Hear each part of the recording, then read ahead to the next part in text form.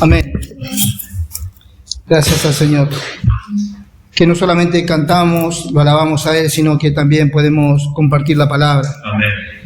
Y como verán, el título es bastante sugerente. Y tal vez lo que compartamos no pareciera estar a la altura para ser un título importante. Pero sin duda que necesitamos poder tener como objetivo también el hecho de poder mirar los motivos que tenemos nosotros para continuar adelante. Y hace 2 o 3 semanas atrás compartimos algo acerca del capítulo 11 de Hebreos. Y claro, después del capítulo 11 viene el capítulo 12. Así que vamos a intentar compartir algo del capítulo 12, teniendo en cuenta este título. Y vamos a ver que hay muchos motivos, no hay solamente un motivo, sino que hay muchos motivos para resistir en estos tiempos difíciles, como dice el título. Y no es un solo motivo, sino que hay muchos motivos.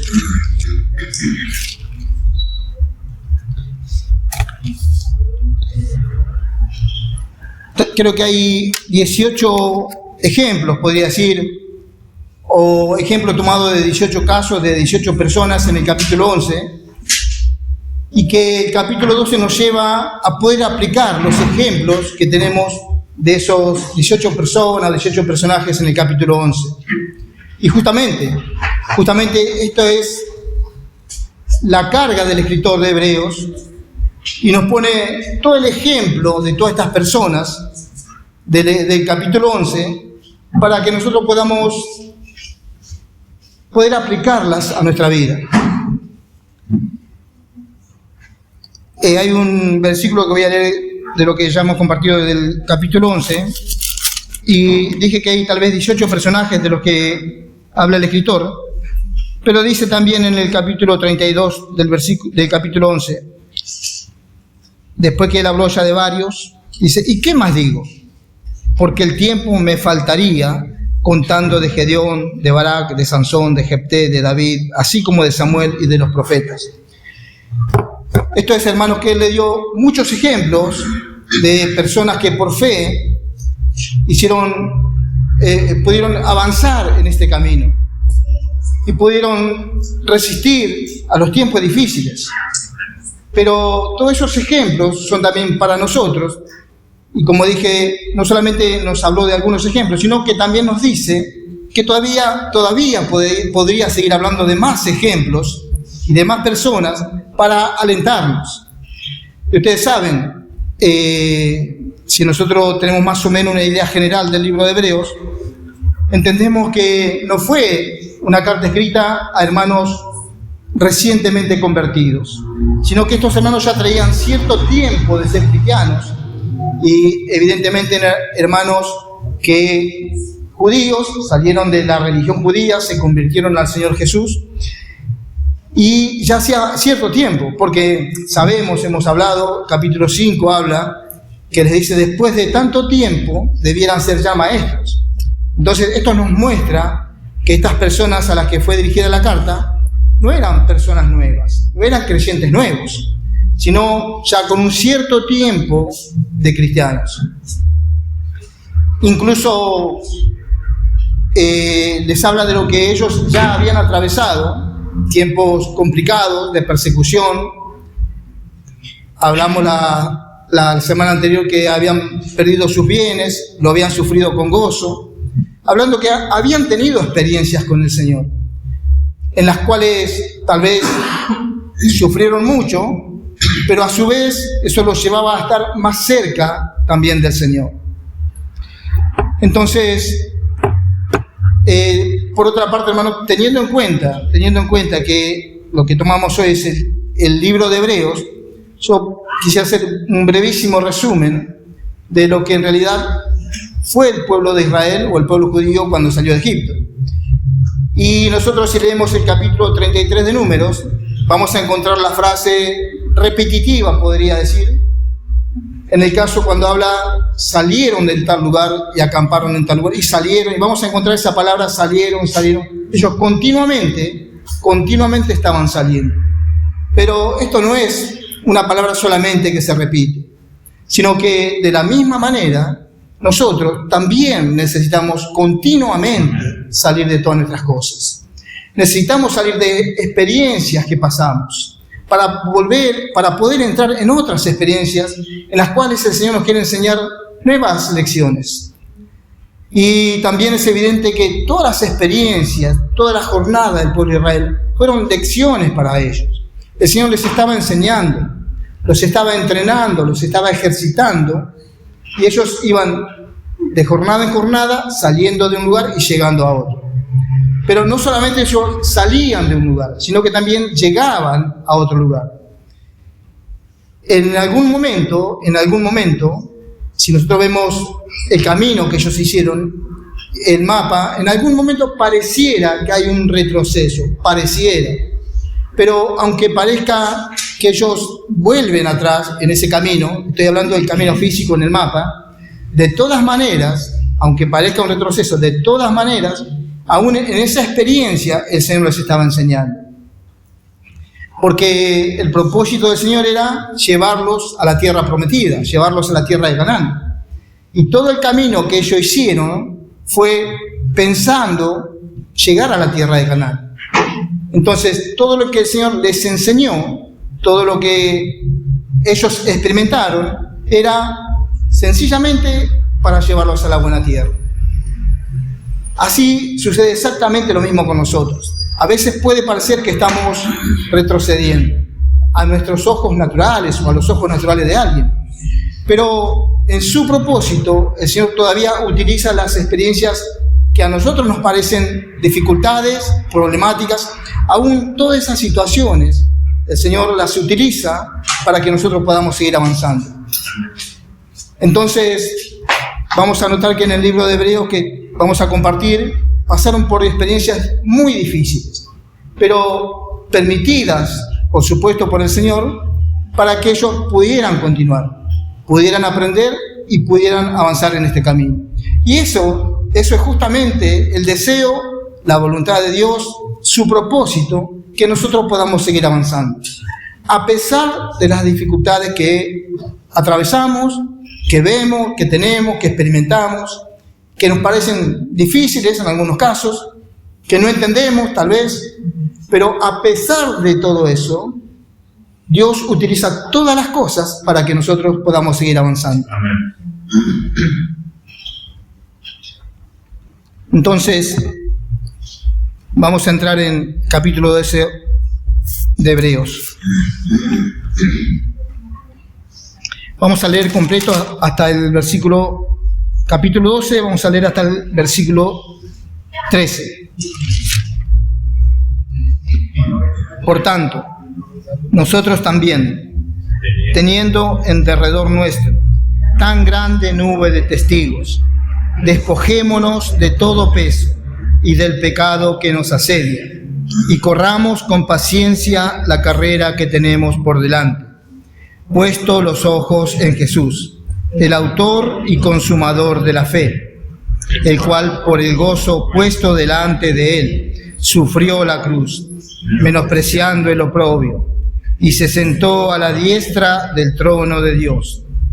Considerad a aquel que sufrió tal contradicción de pecadores contra sí mismo, para que vuestro ánimo no se canse hasta desmayar, porque aún no habéis resistido hasta la sangre, combatiendo contra el pecado, y habéis ya olvidado la exhortación que como a hijos se os dirige, diciendo: Hijo mío, no menosprecies la disciplina del Señor, ni desmayes cuando eres reprendido por Él, porque el Señor al que ama disciplina, y azota a todo el que recibe por hijo. Si soportáis la disciplina, Dios os trata como a hijos, porque ¿qué hijo es aquel a quien el Padre no disciplina? Pero si se os deja sin disciplina, de la cual todos han sido participantes, entonces sois bastardos y no hijos. Por otra parte, tuvimos a nuestros padres terrenales que nos disciplinaban y los venerábamos.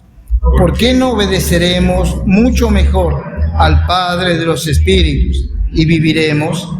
Y aquellos ciertamente por pocos días nos disciplinaban, como a ellos les parecía, pero para lo que nos es provechoso, para que participemos de su santidad.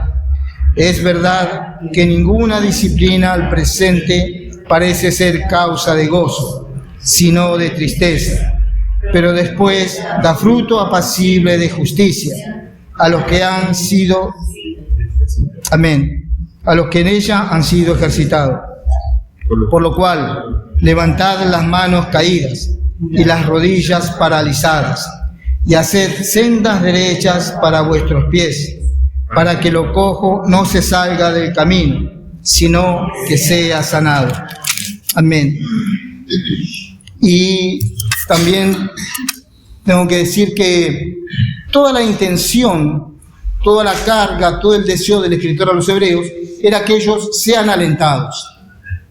No era un reproche, no era podemos decir, un enojo, un reto, sino que toda la carga en el corazón del escritor era que ellos pudieran avanzar y que para continuar avanzando ellos pudieran ser alentados por él. Esta era la intención, que alentarlos de manera que ellos continuaran. Y por eso utilizó todos los personajes del capítulo 11, todos los ejemplos, y por eso les habla de tal manera. Entonces, todo lo que hablamos del capítulo 11, todos los personajes, podemos decir, queda resumido en el versículo 1 del capítulo 12, en el versículo 2, donde dice, puesto los ojos en Jesús. Eso es todo el resumen de todo el ejemplo que este hermano dio en el capítulo 11. Podemos decir, eso simplifica o resume todo lo que uno debe hacer. Porque ¿cómo imitamos la fe de Moisés? ¿Cómo imitamos la fe de Abraham? ¿Cómo imitamos la fe de tantos hermanos, de tantos que pasaron, de tantas cosas que hicieron, de tanto que lograron por la fe? ¿Cómo hacemos para hacer todo eso? Hay una única y sola manera, es poner los ojos en Jesús. Esa es la manera en la que podemos correr esta carrera. Y ellos estaban corriendo una carrera. Y el escritor es bien claro. Dice, por tanto, nosotros también. Él se está incluyendo. Dice, teniendo en derredor nuestro tan grande número de testigos, despojémonos de todo peso y del pecado que nos asedia, y corramos con paciencia la carrera que tenemos por delante. Cuando me toca compartir algo acerca del libro de Hebreos, siempre digo el escritor a los Hebreos. Algunos dicen que fue Pablo, otros dicen que fue Apolos, otros dicen que pudo haber sido Bernabé o cualquier hermano. Pero el punto, hermanos, lo que quiero decir es que sea quien sea el escritor, si no fuera Pablo en este caso, Pablo también habla de la vida cristiana como una carrera. Él en Filipenses habla acerca de correr la carrera, o cómo corre un atleta. En Corintios habla de la misma manera. Y a Timoteo le dice, he acabado la carrera.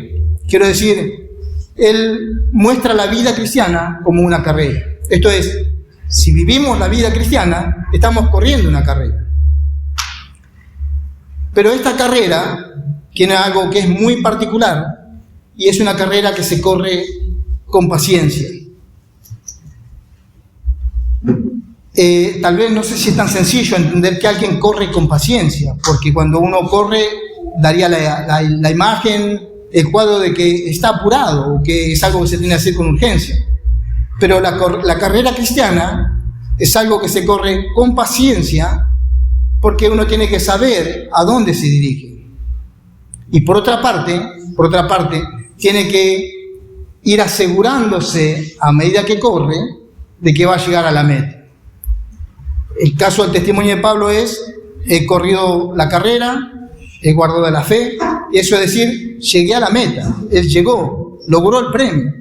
Pero cuando habla a los corintios, él dice, corramos, o correr, de manera que obtengáis el premio. Entonces, quiero decir, sí, es una carrera, pero no se corre de cualquier manera. Y hablamos la semana anterior, lo que dice Santiago, que es necesaria la paciencia. Y en nuestra vida cristiana seguramente, sin ninguna duda, es necesaria la paciencia. Incluso para poder esperar en tiempos difíciles, cuando las cosas no salen como esperamos o como queremos, sino que cuando hay dificultades necesitamos tener paciencia hasta que el Señor obre. Y aún la vida cristiana, si la comparamos con una carrera, también necesitamos tener paciencia.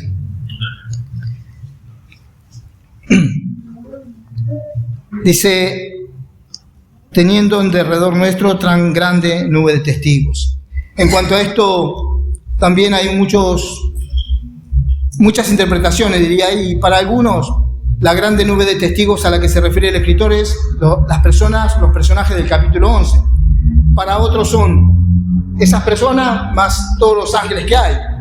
Para otros son las personas más los ángeles más todos los creyentes que pasaron y que ya partieron y están en la presencia del Señor. Pero hermano, más allá de cuál sea la verdadera interpretación o la exacta interpretación de esto, quiero decir que lo que realmente, a lo que quiero apuntar es que, sin ninguna duda, sí que hay una grande nube de testigos. Sí que estamos siendo observados o mirados. Y por supuesto, algunos alentando. Creo que cualquier hermano que haya partido con el Señor, si tuviese la posibilidad de mirar a la tierra y ver correr a los hermanos, estaría alentando, sin ninguna duda. Cualquier hermano estaría alentando a los hermanos. Pero aún los ángeles del Señor también estarían alentando a los hermanos en esta carrera. Pero también podemos decir, los ángeles caídos, que también están observando, sabemos que no van a alentar, pero también las personas del mundo están observando cómo nosotros corremos esta carrera. Por eso es una nube tan grande. Y en la antigüedad, cuando se usaba esta palabra para describir una gran multitud, se decía una nube de cosas. Por eso es, como dice aquí la frase esta, teniendo en derredor nuestro tan grande nube de testigos. Y esta palabra incluye o da la idea de que es una multitud. Cuando querían describir algo muy grande, algo multitudinario, utilizaban la palabra nube como si fuese una gran cantidad. Y por otra parte sí sabemos que sin duda hay una gran nube de testigos, que hay muchos que están observando. Tal vez en algunos casos somos conscientes de que somos observados de un lado o de otro lado, pero sin duda somos observados. Dice, despojémonos de todo peso y del pecado que nos asedia, y corramos con paciencia la carrera que tenemos por delante.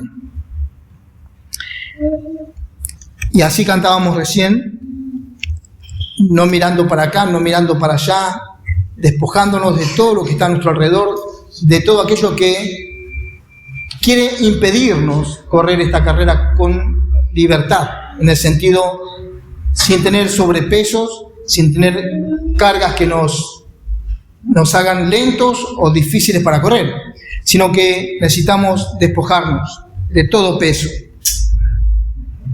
y del pecado que nos asedia, puesto los ojos en Jesús, el autor y consumador de la fe, el cual por el gozo puesto delante de él sufrió la cruz, menospreciando el oprobio, y se sentó a la diestra del trono de Dios. Y aunque este es un versículo podría decir, tan profundo, tan importante, en este caso mi intención es poder compartir lo que está alrededor de este versículo, en el sentido que necesitamos poder, o yo quiero poder mostrar que realmente necesitamos ser alentados y que entiendo, el Señor nos alienta a poder continuar. Que al margen de cómo esté la situación, nosotros podemos ser alentados por la palabra de Dios y podamos seguir adelante. Entonces, repito, es un versículo tan profundo, pero no es la carga que yo tengo en este caso de compartir sobre este asunto. Dice el versículo 3, considerad a aquel que sufrió tal contradicción de pecadores contra sí mismo, para que vuestro ánimo no se canse hasta desmayar. Y esta era una posibilidad en muchos de los hebreos, que se cansaran y algunos desmayaran. Por lo tanto, repito, el escritor los está animando, está tratando de que ellos continúen, que avancen, que en definitiva lleguen a la meta, pero para eso tienen que seguir corriendo. Y no podemos saber ahora, pero probablemente alguno se haya cansado, su ánimo se haya cansado y haya desmayado. Esperamos que la gran mayoría haya podido llegar a la meta. No lo sabemos, pero probablemente alguno se haya cansado. En su ánimo se haya cansado y haya desmayado. Y dice, porque aún no habéis resistido hasta la sangre, combatiendo contra el pecado. Y habéis ya olvidado la exhortación que como a hijos se os dirige diciendo, hijo mío, no menosprecies la disciplina del Señor. Y en algunos casos, depende de las dificultades que pasamos, en algún caso puede ser alguna disciplina de parte del Señor para que aprendamos alguna lección, alguna cosa. Y en otros casos pueden ser cosas que suceden y que el Señor nos está probando para que se muestre lo que hay en nuestro corazón. Pero aun si fuese una disciplina de parte de Dios, podemos estar seguros que no es porque el Señor sencillamente quiera hacer algo nada más, sino que lo que está buscando es que nosotros podamos seguir avanzando, que podamos llegar a la meta. Y siempre es con el propósito de animarnos, de alentarnos a continuar.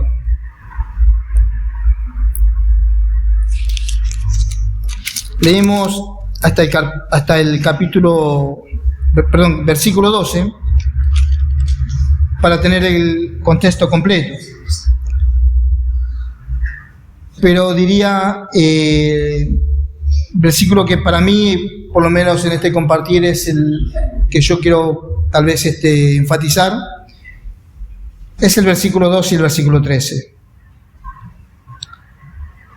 A estos hermanos hebreos que estaban desanimados, que algunos querían volver atrás, que tal vez en algunos se cansen hasta desmayar, a esos hermanos les dice en el versículo 12, por lo cual levantad las manos caídas y las rodillas paralizadas. Ahí les voy a pedir un segundito que piense cada uno, un cuerpo que tiene las manos caídas y las rodillas paralizadas.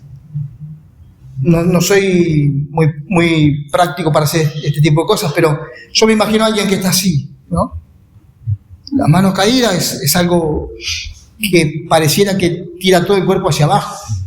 Y esa es una imagen de alguien que está con el ánimo por el piso, podemos decir. Entonces, alguien que está en ese estado, no está erguido, firme, no, está apocado, como bien desanimado, pero esto solamente es, podemos decir, una figura física.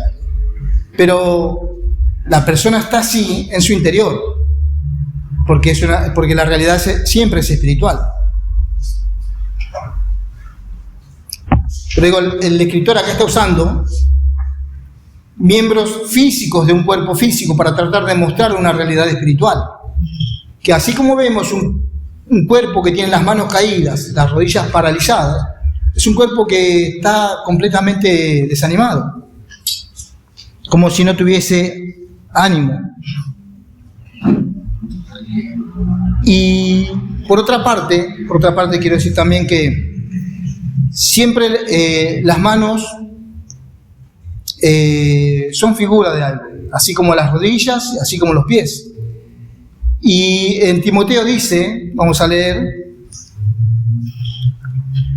primera Timoteo 2,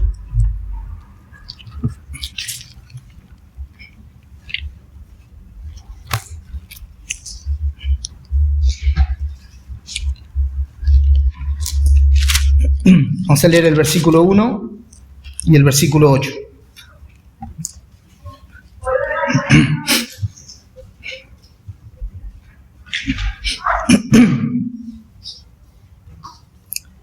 Primera Timoteo, capítulo 2, versículo 1.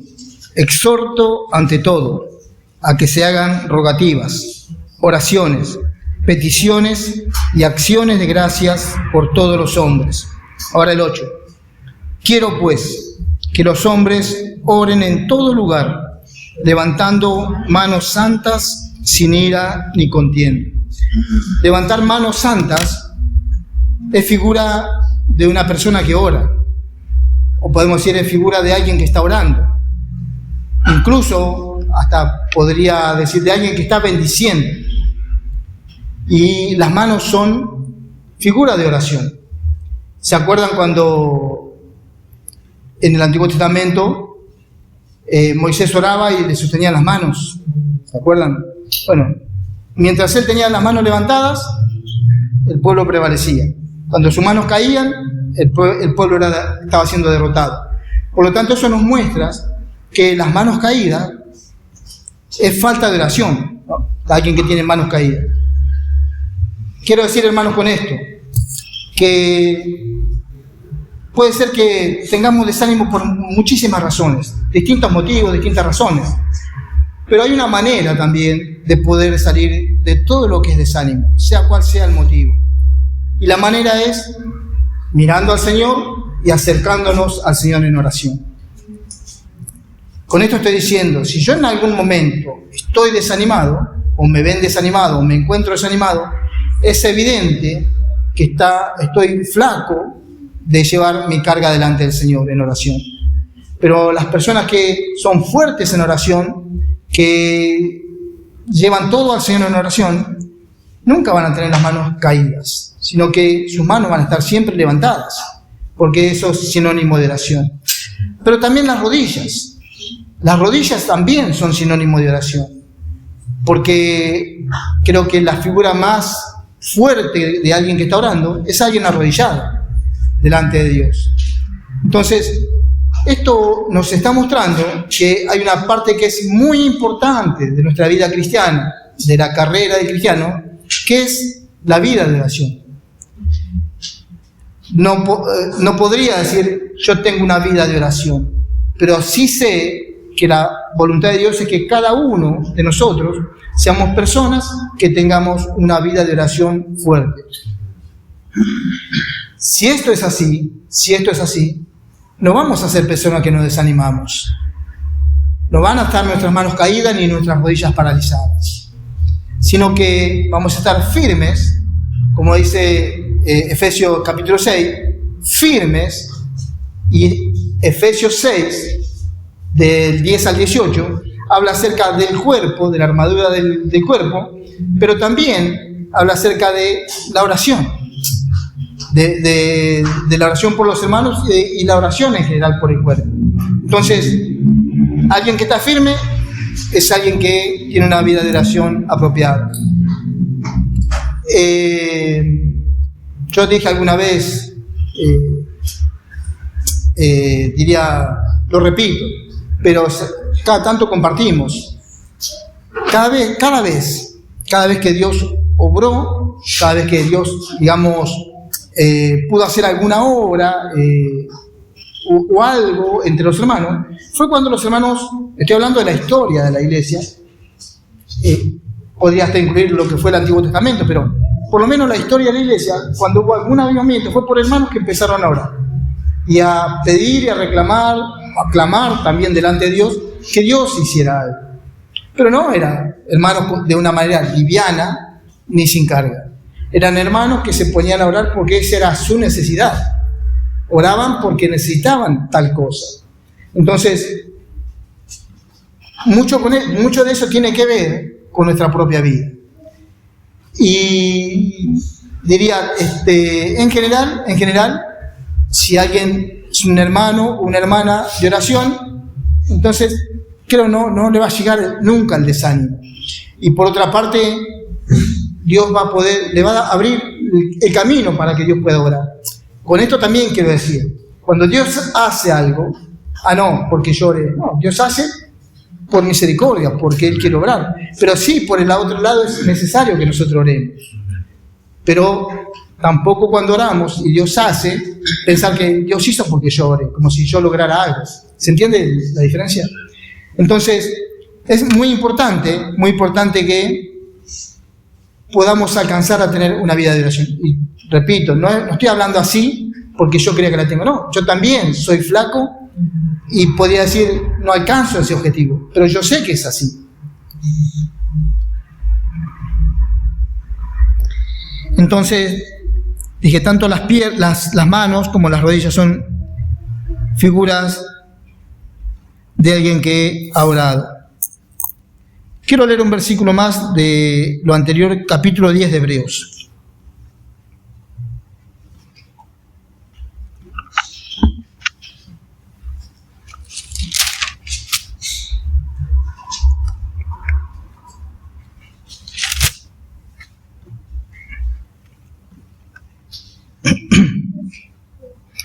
Si se acuerdan, la última vez que compartimos el capítulo 11 de Hebreos, compartimos el Salmo, creo que el 103, donde un versículo dice, bendice, alma mía, Jehová, y no olvides ninguno de sus beneficios.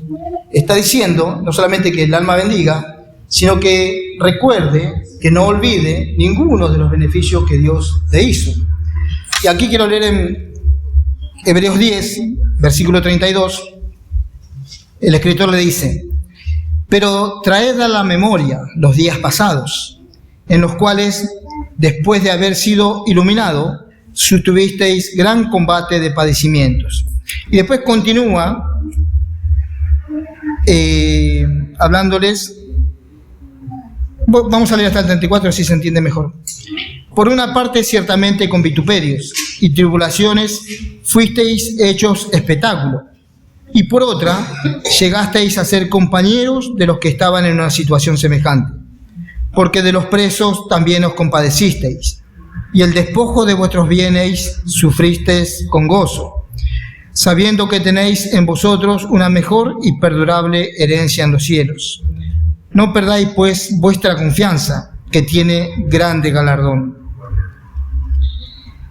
Sabiendo que tenéis en vosotros una mejor y perdurable herencia en los cielos. No perdáis, pues, vuestra confianza, que tiene grande galardón.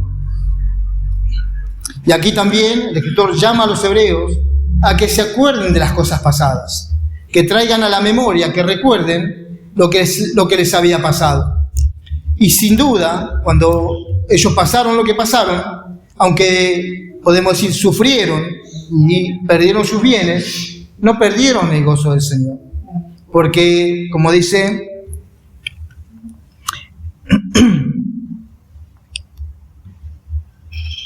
el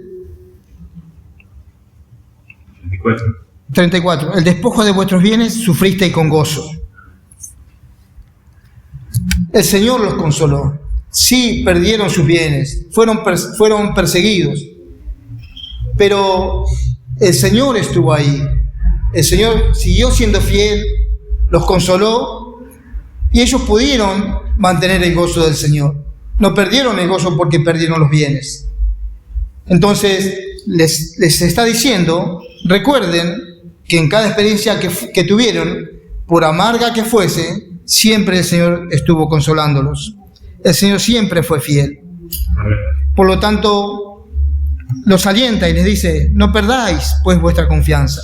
En aquel momento, cuando ellos perdieron sus bienes, no perdieron el gozo porque siguieron confiando en el Señor. Pero ahora estaban a punto de perder la confianza. Entonces, la palabra del escritor es, no perdáis pues vuestra confianza, que tiene grande galardón.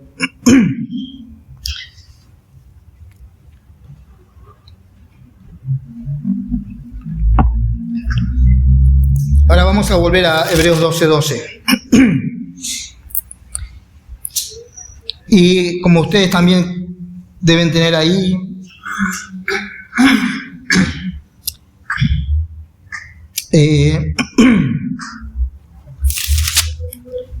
la referencia en la Biblia, Isaías 35. porque acá el escritor a los hebreos toma una referencia de Isaías.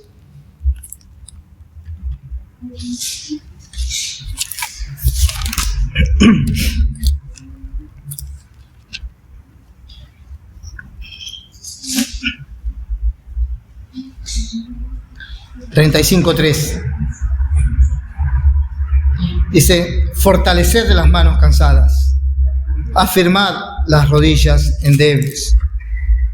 Y aquí, las manos cansadas, creo que algunos habremos escuchado a veces: hermano, hace un mes que oro por esto, el Señor no contesta o no hace nada, parece que no quiere hacer nada, o hace un año o hace 5 años que estoy orando por esto y parece que el Señor no está haciendo nada o no quiere contestar.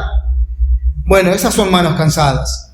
Es como uno oró cierto tiempo y ya es como que está cansado, no quiere seguir esperando, y sus manos, como figura de oración, están cansadas. Pero también dice: afirmad las rodillas endebles. También esto habla de estar flojos. Endebles es algo que está flojo, debilitado, y tiene que ver también con la oración.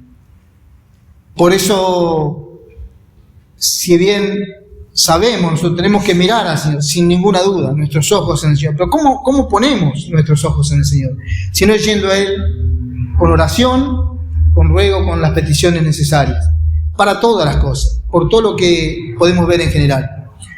Esta es una de las maneras, diría yo, la más importante de poner los ojos en el Señor. Ir a Él, orando, llevando toda nuestra carga delante de Él. Y sin duda Él va a poder obrar en nuestro medio.